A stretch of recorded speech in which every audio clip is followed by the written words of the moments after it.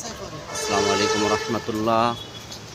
বন্ধুরা, আজ আছে আমি ইসলামী ফাউন্ডেশনের আয়োজিত ইসলামী বইমেলা গতকাল আমাদের মাননীয় ধর্ম উপদেষ্টা ডক্টর আবু খালিদ সাহেব শুভ উদ্বোধন করেছেন।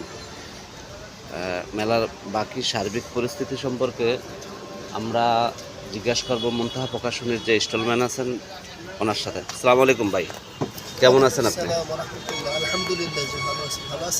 জি আলহামদুলিল্লাহ ভালো আছি। আপনাদের তো ইসলামী ফাউন্ডেশনের যে মেলা গতকাল উদ্বোধন করেছেন মাননীয় ধর্ম উপদেষ্টা, এই সম্পর্কে আপনার কিছু বলার আছে? আসলে বিষয় হচ্ছে, কালকে বৃষ্টির কারণে ধর্ম উপদেষ্টা আসছিলেন, কিন্তু বৃষ্টির কারণে এখানে আসতে পারেন নাই। কিন্তু ইসলামিক ফাউন্ডেশনের অন্যান্য বড় ডিজি সাহেব, অন্যান্য কর্মকর্তারা আসছিলেন, এসে উদ্বোধন করে দিয়ে গেছেন। তো এই অন্যান্য যে কর্মকর্তারা আছেন ওনারা আসছেন, কিন্তু উপদেষ্টা আসলেন না কি জন্য? উপদেষ্টা বৃষ্টির কারণে আসতে পারেন নাই। বৃষ্টি কি অন্যান্য কর্মকর্তাদের বেলায় ছিল না? হয়তোবা ব্যস্ত মানুষ ছিল, সেই সুবাদে আসতে পারেন নাই। আমি তো অন্যান্য স্টলে জিজ্ঞাসা করলাম, ওনারা বললেন যে মাননীয় উপদেষ্টা অসুস্থ ছিলেন।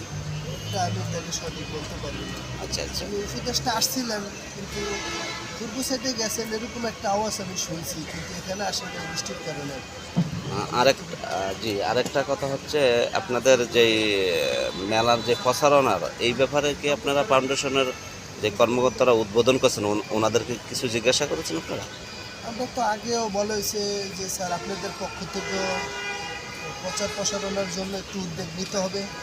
আমরা এখান থেকে যতটুকু সম্ভব ততটুকু আমরাও উদ্যোগ নিব।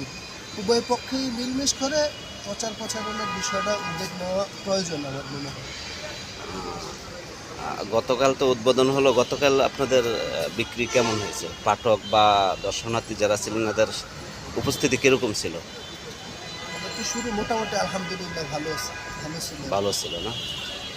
আশা করা যায় যদি প্রচার প্রসারণাটা যদি একটু বৃদ্ধি পায়, মানুষও জানতে পারে, তাহলে ইনশাল্লাহ হবে। আরেকটা কথা, আপনাদের এই মেলায় কতগুলো স্টল আছে?